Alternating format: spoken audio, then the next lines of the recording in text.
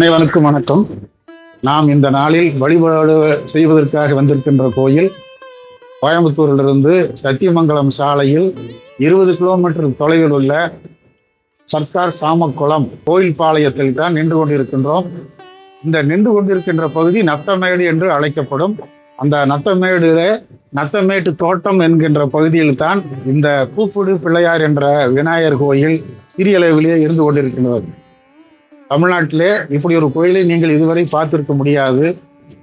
சைவமும் சமண மதமும் ஒருங்கி இணைந்த கோயில் ஒன்று உண்டு என்றால் இந்த கோயில் தான். அது வித்தியாசமாக இருக்கின்றது.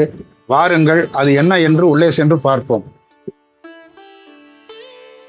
நண்பர்களே, நாம் இப்போது கூப்புடு பிள்ளையார் கோயிலினுடைய மூலஸ்தானத்தில் நின்று கொண்டு வழிபாடு செய்து கொண்டிருக்கின்றோம். இந்த கோயிலில் பிள்ளையாரும் இருக்கின்றார்.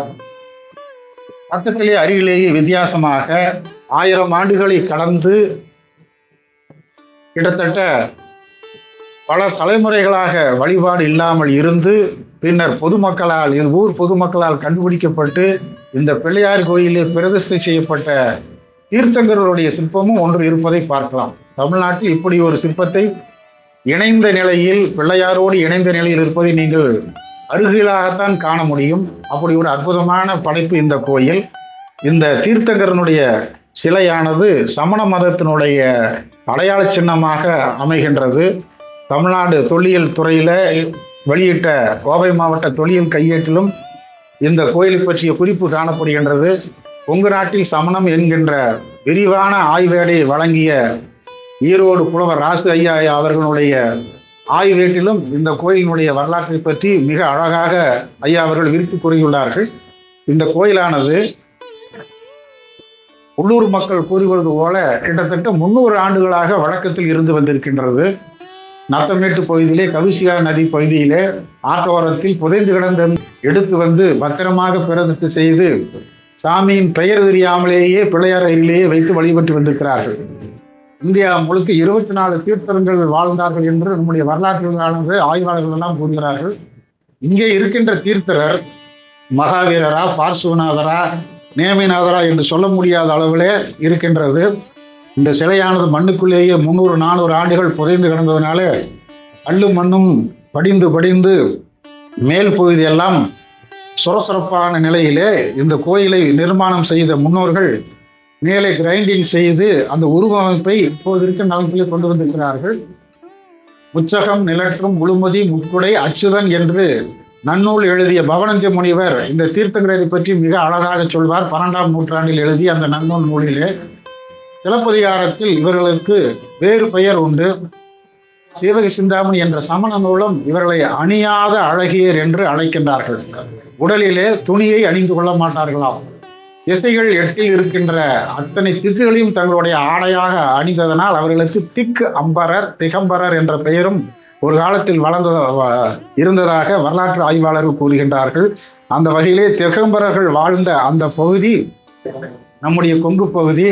அந்த கொங்கு மண்ணிலே அந்த அணியாத அழகியருக்கு தீர்த்தங்கர்களுக்கு சிலைகளை வைத்து 8, 9, 10ஆம் நூற்றாண்டுகளில் வழிபாடுகள் மிகப்பெரிய அளவிலே நடந்து கொண்டிருந்த அடையாள சின்னமாகத்தான் இந்த தீர்த்தங்கனுடைய சிலையை நாம் எடுத்துக்கொள்ள வேண்டும். நாம் பேச்சு வழக்கிலே சமர்ந்து சாப்பிடுகின்ற பொழுது நம்முடைய முன்னோர்கள் எல்லாம் சமணங்கால் போட்டு அமர்ந்து சாப்பிடு, சமணங்கால் போடு என்று அடிக்கடி விவசாய குடும்பத்தில் இருக்கின்ற மக்கள் கூறுவதை கேட்டிருக்கலாம். சமணர்கள் அமர்ந்திருக்கின்ற நிலையைத்தான் அவர்கள் சமணங்கால் என்று கூறியிருக்கிறார்கள். இந்த சிற்பத்தினுடைய அடிப்பகுதியை பாருங்கள். கால்கள் 2 பத்மாசனத்தில் இடம்பெறுகின்றன. இரண்டும் ஒவ்வொரு காலும் இன்னொரு காலின் மீது ஏறி தாமரை விருந்தால் போல் இருக்கின்றது. கரங்கள் 2 அடி வயிற்றின் பகுதியிலேயே அந்த கால்களின் மேலே வைத்திருக்கின்ற நிலைதான் பத்மாசனம் என்று சொல்லப்படும். இந்த நிலையில் அமர்ந்து சாப்பிடுகின்ற பொழுதுதான் உணவானது அடி வயிற்றுக்கு சென்று சீக்கிரம் செரிக்கும் என்பதற்காக நம் முன்னோர்கள் சமணங்கால் போட்டு உட்கார்ந்து சாப்பிடுகின்ற அந்த பேச்சு வழக்கை சொல்லி இருக்கின்றார்கள். இப்போ அமர்ந்திருக்கின்ற அந்த பத்மாசன நிலைக்கு மேலே பக்கவாட்டில் 2 சாமரங்களை வீசக்கூடிய சாமர வீரர்கள் அமர்ந்திருக்கின்றார்கள். அவர்களுக்கு சாமரர்கள் என்ற பெயரும் உண்டு. ஒரு பக்கம் ஆணும் மற்றொரு பக்கம் பெண்ணும் ஆக 2 ஆண் பெண் உருவங்கள் இங்கேயே காட்டப்படுகின்றன. கைகளில் அவர் இந்த தீர்த்தங்கர்களுக்கு சாமரம் வீசிக் கொண்டிருக்கிறார்கள். அவருடைய முகத்தை பாருங்கள், நெற்றியிலே வழுக்கை மிகுந்தது போல இருக்கும். சாதாரணமாக மொட்டையாண்டி என்றெல்லாம் சொல்வார்கள். ஊருக்குள் வந்து யாசகம் பெற்று தங்களுக்கு கிடைத்த அந்த உணவை பிறருக்கும் கொடுத்துவிட்டு மீதி இருந்தால் சாப்பிடுகின்ற வழக்கத்தை கொண்டிருந்தவர்கள் தான் இந்த முனிவர்கள் எல்லாம். 4 வகையான தானங்களை செய்ததாக சொல்வார்கள். வித்யா தானம், கல்வியை பிறருக்கு கொடுத்தல், அந்தந்த பட்டத்தில் சென்று அவர்கள் மொழியை கற்றுக்கொண்டு அந்த மொழியில் இருக்கின்ற சிறப்புகளை எடுத்து அந்த ஊர் மக்களுக்கு போதிக்கின்ற முறை வித்யா தானம். மற்றொன்று ஔஷத தானம். அந்தந்த பகுதியில் தாங்கள் எங்கெல்லாம் செய்கிறார்களோ அந்த பகுதியில் இருக்கின்ற மூலிகையெல்லாம், இயற்கை மூலிகையெல்லாம் எடுத்து அவற்றில் இருக்கின்ற அந்த மருத்துவ குணங்களை கண்டறிந்து அந்த உள்ளூர் மக்களுக்கு மருத்துவத்தை கொடுத்து மக்களை நல்வாழ்வு வாழச் செய்ததனால் அவர்கள் செய்த அந்த தானத்திற்கு ஔஷத தானம் என்று பெயர். 3வது ஒன்றுதான் மிக அற்புதமான ஒன்று, அடைக்கல தானம் என்று சொல்வார்கள். சிலப்பதிகாரத்தில் மாதரி என்ற பெண்ணிடம் கண்ணகியை கோவலன் அடைக்கலம் கொடுத்ததை கூறுகின்ற பகுதிதான் அடைக்கலக்காது என்பது. இடைக்கலை மணந்தையை அடைக்கலம் கொடுத்தேன் என்பார் சிலப்பதிகாரத்தில் இளங்கோவடிகள். அந்த அடைக்கலமாக வந்தவர்களுடைய உயிரை காப்பாற்றி யார் அடைக்கலமாக கொடுத்தார்களோ அவர்களிடம் அவர்கள் கொடுத்த மாதிரியே பாதுகாப்பாக திருப்பிக் கொடுக்கின்ற ஒரு தான முறைதான் அடைக்கல தானம் என்று சொல்லப்படும். அதாவது உடல் ஊனமுற்றோர், உடல் பிணியுற்றோர், ஆதரவற்றோர்கள் எல்லாம் அழைத்து வந்து அவர்களுக்கு விருந்து கொடுத்து, மருந்து கொடுத்து, உணவு கொடுத்து, உயிர் காத்து மீண்டும் அவர்களுடைய உற்றாரோடு சேர்க்கின்ற அந்த முறையைத்தான் அவர்கள் அடைக்கல தானமாக இந்த மண்ணில் போற்றி வளர்த்திருக்கிறார்கள். 4வது அன்னதானம் என்பது. பசிப்பினியால் ஒருவன் இறந்துவிடக் கூடாது என்ற நிலையிலே வந்தவர்களுக்கெல்லாம் இவர்கள் ஊராக சென்று உள்ளூர் மக்களிடம் கிடைத்த பொருளை வைத்து உணவு சமைத்து ஏழைகளுக்கு உணவற்ற அந்த முறைதான் அன்னதானம் என்று சொல்லப்படும். இந்த 4 தானங்களை கற்றுக் கொடுத்த மதம்தான் ஜைன மதம். அந்த ஜைன மதம் 9 நிலைகளிலேயே தங்களுடைய ஒழுக்கங்களை வளர்த்து கொண்டதாக வரலாற்று அறிஞர்கள் சொல்கிறார்கள். அவர்கள் மொட்டையடித்துக் கொள்வார்கள், அடிக்கடி நீரில் நீராடுவார்கள், வெற்று நிலத்தில் தான் படுப்பார்கள், மலைப்பகுதியிலே இருப்பார்கள், குகையிலே வசிப்பார்கள், ஊருக்குள் அதிகமாக வரமாட்டார்கள், தாங்கள் கற்ற கல்வியை மக்களுக்கு தானமாக கொடுப்பார்கள். ஏற்கனவே சொன்னது போல 4 தானங்களையும் கொடுப்பார்கள். இப்படி தாங்கள் எந்த பகுதியில் வாழ்கிறோமோ அந்த பகுதியில் வாழுகின்ற மக்களுக்கு தங்களுடைய உடல், பொருள், ஆவி அனைத்தையும் கொடுத்து அவருடைய ஆன்மாவை இறைவனோடு ஒன்றுகின்ற நிலையை இருக்கின்ற பயிற்சியை கொடுத்து ஆன்மாக்களை பரிசுத்த நிலைக்கு அழைத்து சென்றவர்கள் தான் தீர்த்தங்கள் என்று வழங்கப்படுவார்கள். தீர்த்தங்கர் என்பார் தான் மட்டும் வாழாது தாங்கள் வாழ்ந்த சமூகத்தையும் உயர்நிலைக்கு கொண்டு செல்வதற்காக அவர்களுக்கு நல்ல வழிகாட்டியதனால்தான் அவர்களுக்கு தீர்த்தங்கள் என்று பெயர். அப்படி வாழ்ந்த தீர்த்தங்கர்கள் 24 என்று தமிழக வரலாறு மட்டுமல்ல இந்திய வரலாற்று நூல்கள் பலவாறு எடுத்து இயங்கின்றன. அவர்களில் கடைசியாக வந்தவர் தான் மகாவீரர் என்று நாம் அறிந்திருக்கின்றோம். இங்கே இருக்கின்ற அந்த தீர்த்தங்கரர் எத்தகைய நிலையில் இருக்கின்றார் என்பதை அருமையாக பாருங்கள். தியான நிலையில் இருக்கின்றார். அவர்களுக்கு மேல் முச்சகம், நிலற்றும், முழுமுதி, முக்குடை என்று சொன்னேன் அல்லவா, அந்த 3 குடைகள் தங்களுடைய தலைப்பகுதியின் மேலே அணிந்திருக்கிறார்கள். அவர்களுக்கு வழிபாடு செய்யக்கூடிய நிலையிலேயே அந்த குடைகள் காட்டப்படுகின்றன.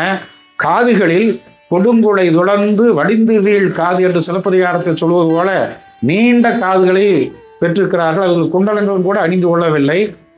அதாவது எல்லா ஆசைகளையும் துறக்க வேண்டும், அணிகலன்களையும் துறக்க வேண்டும் என்ற நிலையிலே எந்த ஆடை ஆபரணங்களையும் அணிந்து கொள்ளாமல் தியான நிலையில் இருப்பதை பார்க்கின்றோம்.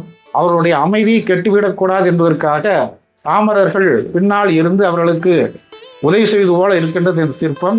இந்த தீர்த்தங்கர்களுக்கு 24 தீர்த்தங்கர்களுக்கும் 24 உருவங்கள் பாதங்களை பொறிப்போம் என்று சொல்வார்கள். இங்கே இருக்கின்ற சிலைக்கு கீழே என்ன உருவங்கள், அதாவது எருது, காளை, சிம்மம், இவர் போன்ற சின்னங்கள் எல்லாம் ஒவ்வொரு தீர்த்தங்களுக்கும் தனித்தனியாக இடம்பெறுவதாக சமண நூல்கள் சொல்கின்றன. இந்த சிலையிலே நாம் அவ்வாறு அறிய முடியாதபடி இந்த சிலையானது அமைப்பில் இருக்கின்றது. பொதுவாக இவருடைய சமனுடைய சிலை என்றெல்லாம் உறுதியாக சொல்லலாம். அந்த வகையிலே இந்த சமண முனிவரை வழிபடுகின்றவர்களுக்கு தியானம் கைகூடுகின்றது, கவலை போகின்றது, உலக பற்றுகளில் இருந்து கவலையில் நீங்கி இனிமையான ஆன்மாவை சுத்தப்படுத்திக் கொண்டிருந்த பக்குவ நிலை அடை கிடைக்கின்றது. அவருக்கு கீழே தாமரை பீடம் காட்டப்படுகின்றது.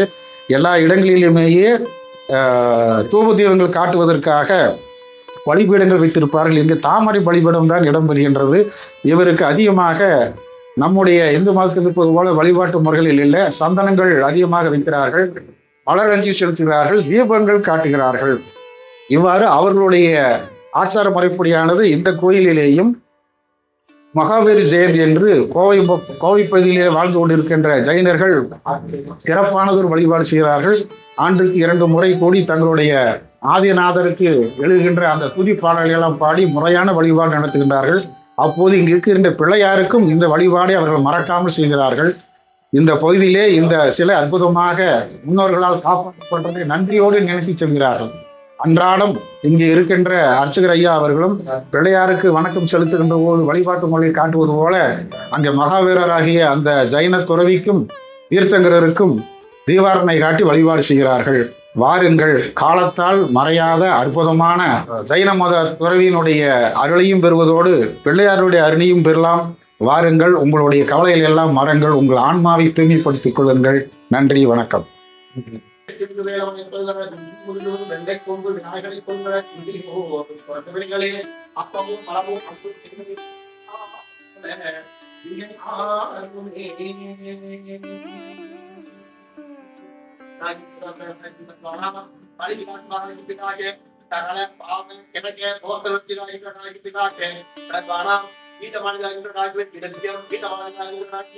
தொழுதால் அல்லல் வினையாவும் அகலமே தும்பிக்கையானே தொழுதால் விரைதீரும் நம்பிக்கை உண்டே நமக்கு விநாயகனாக.